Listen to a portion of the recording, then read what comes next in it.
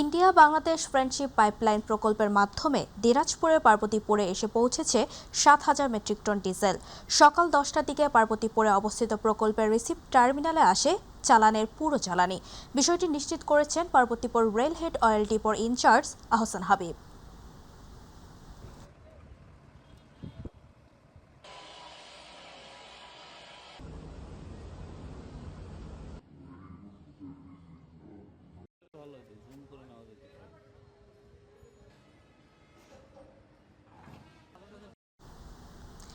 যশোর জেলার ৮টি উপজেলার প্রত্যন্ত অঞ্চলে তীব্র জ্বালানি সংকট দেখা দিয়েছে। বেশিরভাগ ফিলিং স্টেশনে পেট্রোল ও ডিজেল না থাকায় ভোগান্তিতে পড়েছেন মোটরসাইকেল ও অন্যান্য যানবাহনের চালকরা। একই সঙ্গে ডিজেল চালিত সেচ পাম্পে তেল না পাওয়ায় মারাত্মক ক্ষতির মুখে পড়েছেন কৃষকরাও। প্রতিনিধি শরীফুল ইসলামের পাঠানো তথ্যচিত্রে বিস্তারিত জানাচ্ছেন শবনম অবনী। মোটরসাইকেল চালকরা ঘন্টার পর ঘন্টা লাইনে দাঁড়িয়েও তেল পাচ্ছেন না। কেউ আবার ছুটছেন দূরের শহরমুখী স্টেশনগুলোতে, ফলে নষ্ট হচ্ছে সময়, বাড়ছে খরচ। পণ্য পরিবহনেও এসেছে ধীরগতি, যার প্রভাব পড়ছে বাজার ব্যবস্থায়। এর ফলে সবচেয়ে বেশি ক্ষতিগ্রস্ত হচ্ছে কৃষক। বোরো মৌসুমে সেচের চাহিদা বেশি থাকলেও ডিজেল সংকটের কারণে জমিতে ঠিকমতো পানি দেয়া যাচ্ছে না। মারাত্মকভাবে ক্ষতিগ্রস্ত হওয়ার আশঙ্কা ধানের উৎপাদনে। তেলের সংকটে আমরা তো ভাড়াও চালাতে পারছি না এবং সংসারটাও চালাতে কষ্ট হচ্ছে। এখান থেকে আরো সামনে যাচ্ছি, যে পাম্পে যাচ্ছি, সেখানে যে দেখছি যে সিরিয়াল দেওয়া আছে, সিরিয়ালে দাঁড়ালে 100 টাকা তেল দিচ্ছে। কিছু এলাকায় অভিযোগ উঠেছে কতিপয় অসাধু ব্যবসায়ী নির্ধারিত মূল্যের চেয়ে বেশি দামে তেল বিক্রি করছেন। যতটুকু পাচ্ছি ততটুকু দিচ্ছি, আর প্রয়োজন অনুযায়ী আমরা ততটুকু পাচ্ছি না। যে পরিমাণে আমার দরকার আমরা তা পাচ্ছি না। তো তেল চাহিদা অনুযায়ী কেউ গাড়িতে যা আসছে তার অর্ধেক আমরা দিয়ে আমরা ফুল পাচ্ছি না। সরবরাহ দুর্বলতা, মজুত সংকট ও পরিবহন সমস্যা এই পরিস্থিতির মূল কারণ হতে পারে। দ্রুত পদক্ষেপ না নিলে কৃষি ও পরিবহন খাতে বড় ক্ষতির সম্ভাবনা রয়েছে। এখন আছে সাপোজ তেল নিয়ে গাড়ি চালাবো, তাও তেল নেই। তেল আমি আছে বোলাকে চালাবো। স্থানীয়রা প্রশাসনের কাছে দ্রুত ব্যবস্থা নেয়ার আহ্বান জানিয়েছেন। তারা জ্বালানি সরবরাহ স্বাভাবিক করা এবং কালোবাজারি বন্ধে কঠোর নজরদারির দাবি জানিয়েছেন। শবনম অবনী, মাই টিভি। গেল 4 দিন ধরে বিভিন্ন ফুয়েল স্টেশনে ঘুরেও কাঙ্ক্ষিত পরিমাণ ডিজেল পাচ্ছে না মেহেরপুরের কৃষকরা। এতে বোরো ধান আবাদ এবং গম কাটা মাড়াই কাজ মারাত্মকভাবে ব্যাহত হচ্ছে। একই সাথে মোটরসাইকেলে জ্বালানি তেল নিতে এখনও চোখে পড়ছে লম্বা লাইন। সকাল থেকে মেহেরপুর জেলার 18টি ফুয়েল স্টেশনের মধ্যে 8টিতে জ্বালানি তেল সরবরাহ করা হচ্ছে। এরপরেও ডিজেল পাচ্ছেন না কৃষকরা। মধ্যরাত থেকে লাইন দিয়ে তেল আসার অপেক্ষা করছেন অনেকে। সকালে তেল বিক্রি শুরু হলে কারো ভাগ্যে জুটছে, আবার কেউ কেউ ফিরে যাচ্ছেন খালি হাতে। এদিকে ফিলিং স্টেশনগুলোতে ট্যাগ অফিসার নিয়োগ করেছে জেলা প্রশাসন। তেল তো কোনো তেল নেই, আপাতত 200 টাকা তেল হলে আমার 5 দিন চলবে। কিন্তু এখানে প্রশাসন বলছিল যে যাদের ড্রাইভিং লাইসেন্স আছে, কাগজপত্র আছে, হেলমেট আছে, তাদেরকে ফুল ট্যাঙ্কি করে দিবে। তো আমাদের তো পেশাদার লাইসেন্স, আমাদের কাগজপত্র ওকে, তারপরে 200 টাকা বেশি তেল পায় না। আর এই তেল নিয়ে যে আমি দাঁড়াচ্ছি, এর সময় চলে যাচ্ছে দিনের পর দিন। চট্টগ্রামে জ্বালানি তেল মজুত ও পরিমাপে কম বিক্রির অভিযোগে আনোয়ার জাকারিয়া ফিলিং স্টেশনকে 1 লাখ টাকা জরিমানা করেছে ভ্রাম্যমাণ আদালত। জেলা প্রশাসনের নির্বাহী ম্যাজিস্ট্রেট SM আমিনুল মোস্তফার নেতৃত্বে টোল রোড এলাকায় এই অভিযান পরিচালিত হয়। অভিযানকালে সরকারি নির্দেশনা অমান্য করে জ্বালানি তেল মজুদের প্রমাণ পাওয়া যায়। নির্বাহী ম্যাজিস্ট্রেট জানান, মজুত রেখে কৃত্রিম সংকট তৈরির পাশাপাশি ভোক্তা অধিকার সংরক্ষণ আইনও লঙ্ঘন করেছে প্রতিষ্ঠানটি। এই অপরাধে ফিলিং স্টেশনকে 1 লাখ টাকা জরিমানা করা হয়।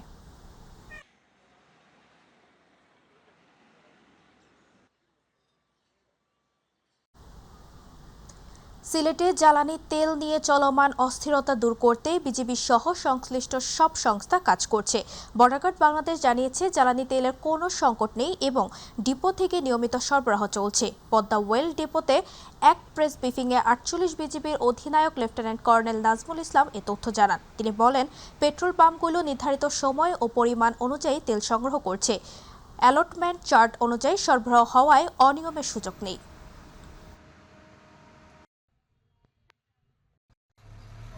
আমরা ওনাদের সাথে যতটুকু কথা বলেছি যে আগে যে অ্যালটমেন্ট আগে যে পরিমাণ সরবরাহ হতো এখনো মোটামুটি কাছাকাছি একইভাবে হচ্ছে, বাট এটা একটু নিয়ন্ত্রিত আকারে হচ্ছে, যার জন্য আমার মনে হয় এটা নিরবিচ্ছিন্ন প্রবাহ বা সরবরাহ রয়েছে।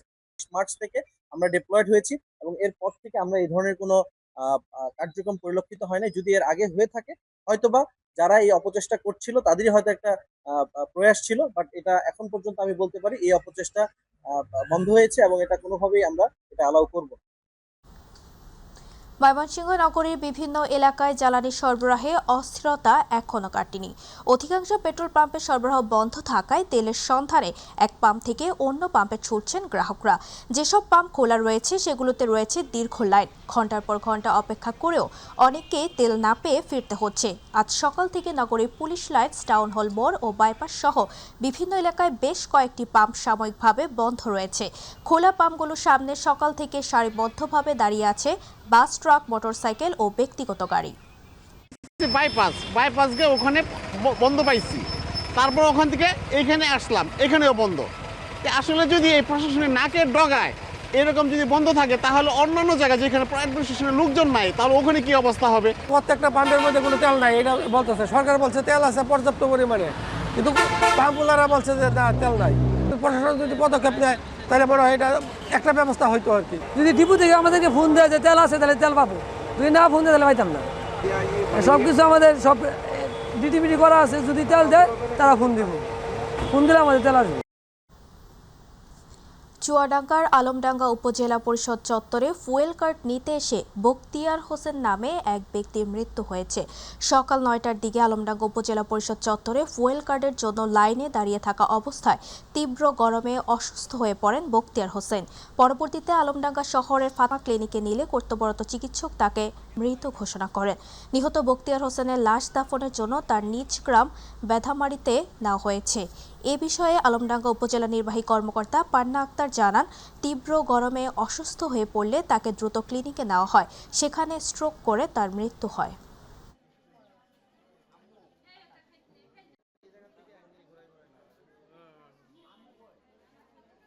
গাজীপুরের কাশিমপুরের ড্রিমল্যান্ড হোটেলে অভিযান চালিয়ে পুলিশ ৪৫ জনকে আটক করেছে, যার মধ্যে ১৯ জন নারী ও ২৬ জন পুরুষ রয়েছেন।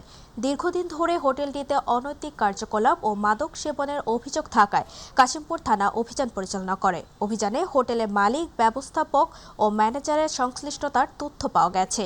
এর প্রেক্ষিতে কাশিমপুর থানা পুলিশের একটি দল অভিযান পরিচালনা করে তাদের আটক করে।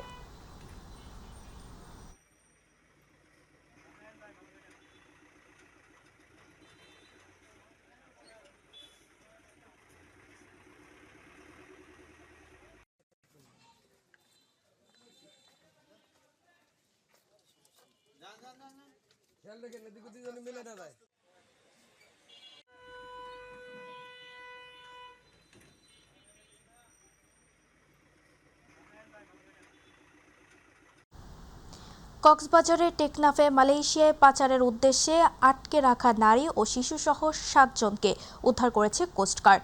কোস্টগার্ড মিডিয়া কর্মকর্তা লেফটেন্যান্ট কমান্ডার সাব্বির আলম সুজন জানান, গোপন সংবাদের ভিত্তিতে দক্ষিণ লম্বরি এলাকায় অভিযান চালিয়ে একটি বসত বাড়ি থেকে তাদের উদ্ধার করা হয়।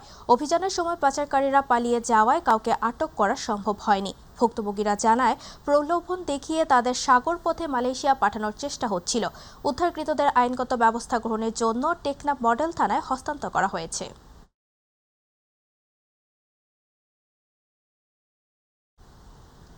ব্রাহ্মণবাড়িয়ায় সুলতানপুর ব্যাটালিয়ন ৬০ বিজিবির অভিযানে হাঙ্গর মাছের শুটকি ও বিরল প্রজাতি সি হর্স জব্দ করা হয়েছে।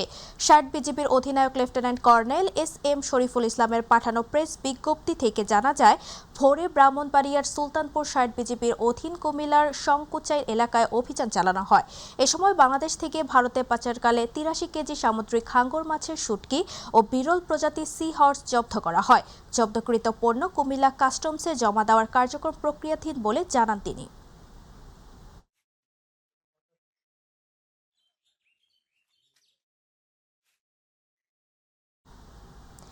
ময়মনসিংহ মেডিকেল কলেজ হাসপাতালে হামে আক্রান্ত রোগী আশঙ্কাজনক হারে বাড়ছে। ১৩ দিনে চিকিৎসাধীন ৫ শিশুর মৃত্যু হয়েছে। বর্তমানে হাম আক্রান্ত ৬৭ শিশু ভর্তি রয়েছে। পরিস্থিতি সামাল দিতে ৩টি মেডিকেল টিম গঠন করে শিশু ওয়ার্ডে আলাদা হাম আইসোলেশন ইউনিট চালু করা হয়েছে। রোগী বেশি থাকায় ঠাঁই মিলছে ওয়ার্ডের মেঝে, করিডোর বা বারান্দায়। প্রতিনিধি সাইফুল ইসলামের তথ্যচিত্রে জুবাইর রহমানের রিপোর্ট। ময়মনসিংহ মেডিকেল কলেজ হাসপাতালের নতুন ভবনের ৬ তলার ৩০ ও ৩১ নং ওয়ার্ড ৩টি কক্ষেই চলছে হাম আক্রান্ত শিশুদের চিকিৎসা। ১০ শয্যা বিশিষ্ট আলাদা কক্ষে হাম কর্নার নামে মেডিকেল টিমের তত্ত্বাবধানে দেয়া হচ্ছে চিকিৎসা। গত ২ সপ্তাহে হাম আক্রান্ত শিশুর সংখ্যা বেড়ে যাওয়ায় কক্ষগুলোতে স্থান সংকুলন না হওয়ায় ওয়ার্ডের মেঝে এবং বারান্দায় গাদাগাদি করে নিতে হচ্ছে সেবা। ময়মনসিংহ বিভাগের ৪টি জেলা ছাড়াও আশপাশের জেলাগুলো থেকেও আসছে হাম রোগী। ঠান্ডাতে হাম হয়েছে, বাচ্চা কোনো কিছু খাবার খায় না, মুখে একটু পানি দিলেও পানিটাও মুখে রাখে না। শ্বাসকষ্ট, ঠান্ডা বেশি, কাশি, বুকের সমস্যা হয়ে গেছে। সৈয়দ নজরুলে গেছিলাম, পরে না 4 দিন থাকার পরে রোগীর অবস্থা 19-20 হয় নাই। নেওয়ার পরে ময়মনসিংহ আসার পরে 8 দিন চিকিৎসার পরে বাচ্চা মোটামুটি ভালো। আগে 6 তলায় ছিলাম, এখন হামের ওয়ার্ড করছে 8 তলায় আসছি আমরা। গত ১৭ মার্চ থেকে সোমবার পর্যন্ত ১১২ জন হাম আক্রান্ত রোগী ভর্তি হয়েছে। এর মধ্যে গত ১৩ দিনে ৫ জনের মৃত্যু হয়েছে। পরে আমাদের কোভিডের যে এটা ছিল ওয়ার্ড, আইসোলেশন ওয়ার্ডটা, ওটা তো কোভিড ডেডিকেটেড ছিল, এখন আমরা মিজেল ডেডিকেটেড করতে চাচ্ছি ওইটাকে, যে এখান থেকে আমাদের সব রোগী ওইখানে চলে যাবে এবং ওইখানে আলাদা টিম থাকবে, যে টিম তাকে সার্ভিস দিবে এবং এক্সট্রা সাপোর্টও থাকবে। স্বাস্থ্য অধিদপ্তর বিভাগীয় কার্যালয়ের তথ্য অনুযায়ী হাম সন্দেহে ময়মনসিংহ বিভাগের সন্দেহজনক ১৫৭ রোগী হাসপাতালে ভর্তি করা হয়েছে। এর মধ্যে ১৩৪ জনের ল্যাব পরীক্ষায় ৫৬ জনের হাম শনাক্ত হয়েছে। টোটাল ডিভিশনে ১৫৭ জন, আর বাকি বেশিরভাগই ময়মনসিংহ মেডিকেল কলেজ হাসপাতালে কমপ্লিকেশন নিয়ে ভর্তি আছেন। বেশিরভাগ রোগী সন্দেহজনক হামে আক্রান্ত আমরা চিন্তা করছি, এবং ব্যাকটেরিওলজিক্যালি বা ল্যাব টেস্টের মাধ্যমে পজিটিভ হাম কিন্তু কম। হাম ছোঁয়াচে রোগ হলেও আতঙ্কিত না হওয়ার আহ্বান জানিয়েছেন বিশেষজ্ঞ চিকিৎসকরা। হাম রোগের লক্ষণ দেখা দিলে দ্রুত হাসপাতালে ভর্তি করার পরামর্শ দিচ্ছেন চিকিৎসকরা। জুবাইর রহমান, মাই টিভি নিউজ। কুমিল্লায় হামের প্রকোপ উদ্বেগজনক হারে বাড়ছে। ইতোমধ্যে হামায় আক্রান্ত হয়ে ঢাকায় চিকিৎসাধীন অবস্থায় 3 শিশুর মৃত্যু হয়েছে বলে জানা গেছে। জেলা সিভিল সার্জন ডক্টর আলী নূর মোহাম্মদ বশির আহমেদ জানিয়েছেন, বর্তমানে জেলার বিভিন্ন হাসপাতাল মিলিয়ে অন্তত 21 জন শিশু হাম আক্রান্ত হয়ে চিকিৎসাধীন রয়েছে। কুমিল্লা মেডিকেল কলেজ হাসপাতালের শিশু বিভাগ ঘুরে দেখা গেছে, জেলা বিভিন্ন এলাকা থেকে আক্রান্ত শিশুদের সেখানে ভর্তি করা হচ্ছে। হাসপাতালের শিশু বিভাগের বিভাগীয় প্রধান ডক্টর মিয়া মঞ্জুর আহমেদ জানান, হাম আক্রান্ত শিশুদের জন্য বিশেষায়িত সেবা নিশ্চিত করতে আলাদা একটি ওয়ার্ড চালু করা হয়েছে। গত 18 মার্চ থেকে এখন পর্যন্ত 25 জন শিশু এই হাসপাতালে ভর্তি হয়েছে। এর মধ্যে 8 জন সুস্থ হয়ে বাড়ি ফিরেছে, 2 জনকে ঢাকায় রেফার করা হয়েছে এবং বর্তমানে 15 জন চিকিৎসাধীন রয়েছে। এটা বাচ্চাদেরও হচ্ছে, বড়দেরও হচ্ছে, বিশেষ করে বাচ্চারা যারা আছে তারা ঝুঁকিতে আছে।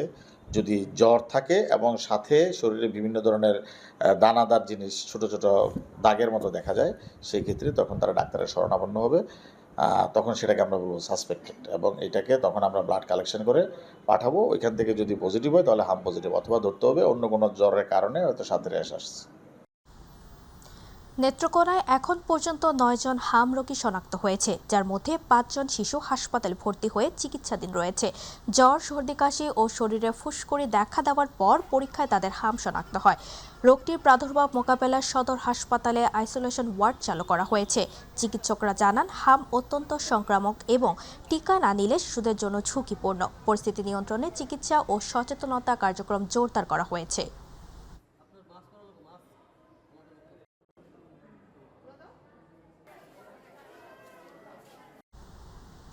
খুলনার শিববাড়ি মোড় এলাকায় আদনিন হাসপাতাল এর একটি অ্যাম্বুলেন্সে হঠাৎ আগুন লেগে গাড়িটি সম্পূর্ণ পুড়ে যায়।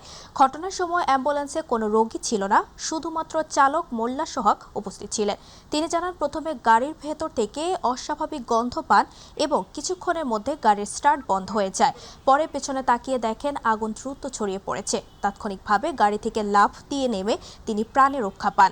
খবর পেয়ে ফায়ার সার্ভিসের একটি ইউনিট ঘটনাস্থলে পৌঁছে আগুন নিয়ন্ত্রণে আনে।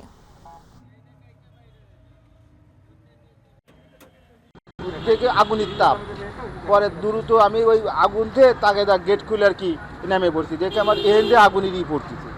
পরে চিন্তা গাড়ি আগে আমি নিজে বাঁচি, পরে গাড়ি থেকে আমি ফাল দিয়ে পড়ে আমি আমার অফিসে স্যারে জানাইছি, জানানোর পরে দ্রুত ফায়ার সার্ভিস আইসে তারপরে আগুন নিয়ন্ত্রণ।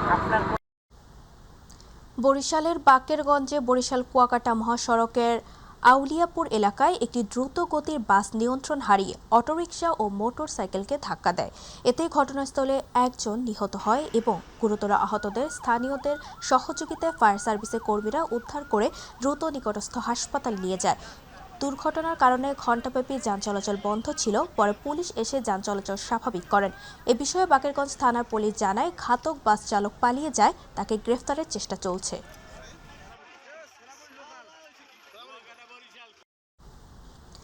ফরিদপুরের নগরকান্দায় টাকার লোভে ৬৫ বছর বয়সী বৃদ্ধা খালাকে শ্বাসরোধে হত্যার চাঞ্চল্যকর ঘটনার ২৪ ঘণ্টার মধ্যে অভিযুক্ত ভাগিনাকে গ্রেফতার করেছে পুলিশ। রামনগর ইউনিয়নের রাধানগর পূর্বপাড়া গ্রামে নিজ বাড়ির পাশের একটি সেপটিক ট্যাঙ্ক থেকে জামেলা বেগম নামে এক বৃদ্ধার মরদেহ উদ্ধার করা হয়।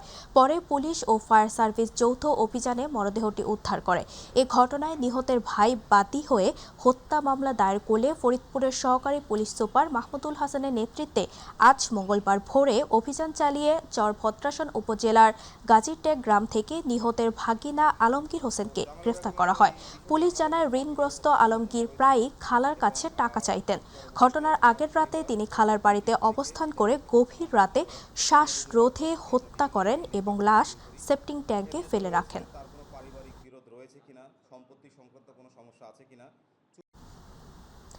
নওগাঁ শহরের বাইপাস বরুণকান্দি মোড়ে একটি গ্যারেজে রাখা বাসের ভেতর থেকে জাহিদ ইসলাম নামে এক যুবকের মরদেহ উদ্ধার করেছে পুলিশ। সোমবার রাতে সহকর্মীর সঙ্গে বাসের ভেতর ঘুমানোর পর সকালে তাকে ডাকা হলেও সাড়া না পেলে বিষয়টি পুলিশকে জানানো হয়। পরে পুলিশ ঘটনাস্থল থেকে মরদেহ উদ্ধার করে এবং ঘটনার কারণ জানতে তদন্ত শুরু করেছে।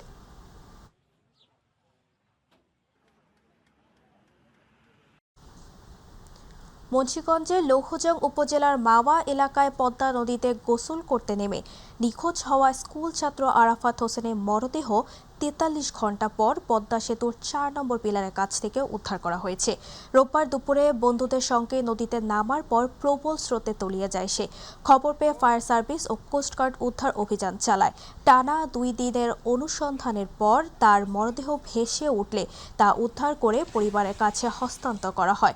ঘটনায় এলাকায় শোকের ছায়া নেমে এসেছে।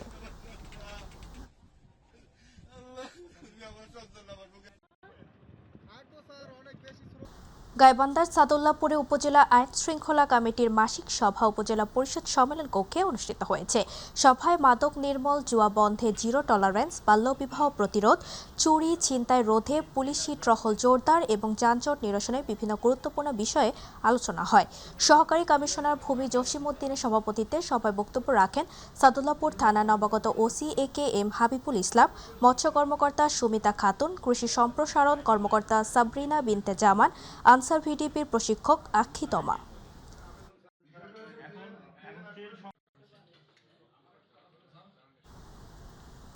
বাংলাদেশ শিল্পকলা একাডেমি অধ্যাদেশ ২০২৬-এ স্বতন্ত্র আবৃত্তি বিভাগ পুনর্বহালের দাবিতে চট্টগ্রামে জেলা প্রশাসকের কাছে স্মারকলিপি দেওয়া হয়েছে। আবৃত্তি শিল্পীদের একটি প্রতিনিধি দল এ স্মারকলিপি তুলে দেয়। জেলা প্রশাসক জানান, কবিতা ও আবৃত্তি আন্দোলনে গুরুত্বপূর্ণ ভূমিকা রেখেছে এবং এ শিল্পের বিকাশে প্রশাসনের সহযোগিতা থাকবে। তিনি দ্রুত বিষয়টি মন্ত্রণালয়ে পাঠানোর আশ্বাস দেন। সংশোধিত অধ্যাদেশে বিভাগটি বাদ পড়ায় আবৃত্তি শিল্পীরা দীর্ঘদিন ধরে এ দাবি জানিয়ে আসছে। আর আজকে আমি আবৃত্তির বিষয়ে যে আমাদের যে একটি স্মারকলিপি দিয়ে গেলেন, যারা আমার খুব ভালো লেগেছে এবং আপনার আবৃত্তিও ভালো লেগেছে। আমরা মনে করি যে এটিকে আমরা আমাদের পক্ষ থেকে আমার পুরোপুরি সাপোর্ট থাকবে কিভাবে এটিকে আমরা আরও বেশি বিকশিত করতে পারি। মেহেরপুরের গাংনীতে তেল জাতীয় ফসল উৎপাদন বৃদ্ধির জন্য মাঠ দিবস ও কারিগরি আলোচনা সভা অনুষ্ঠিত হয়েছে। গাংনী উপজেলা কৃষি অফিসার মতিউর রহমানের সভাপতিত্বে আয়োজিত অনুষ্ঠানে যশোর অঞ্চলে মনিটরিং অফিসার সাজ্জাদ হোসেন, জেলা বীজ প্রত্যয়ন অফিসার আলমগীর হোসেন ও অন্যান্য কৃষি কর্মকর্তারা উপস্থিত ছিলেন। অনুষ্ঠানে কৃষকদের সরিষা চাষের সঠিক সময়, উন্নত বীজ ব্যবহার, জমি প্রস্তুতি, সেচ ও রোগবালাই নিয়ন্ত্রণ বিষয়ে প্রশিক্ষণ দেওয়া হয়।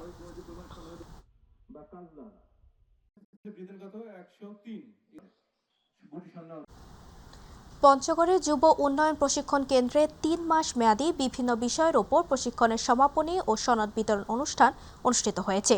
এতে গবাদি প্রাণী পালন, হাঁস মুরগি পালন, প্রাথমিক চিকিৎসা, মৎস্য চাষ ও কৃষি বিষয়ে ১০৬তম ব্যাচে প্রশিক্ষণ সম্পন্ন হয়। অনুষ্ঠানে সভাপতিত্ব করেন ডেপুটি কোঅর্ডিনেটর শাহিনারা সুলতানা গনি এবং প্রধান অতিথি ছিলেন উপপরিচালক KM আব্দুল মতিন। শেষে প্রশিক্ষণার্থীদের মাঝে সনদ ও ক্রেস্ট বিতরণ করা হয়। ১ জানুয়ারি শুরু হওয়া এ প্রশিক্ষণে ৪৯ জন অংশ নিয়ে সফলভাবে উত্তীর্ণ হয়।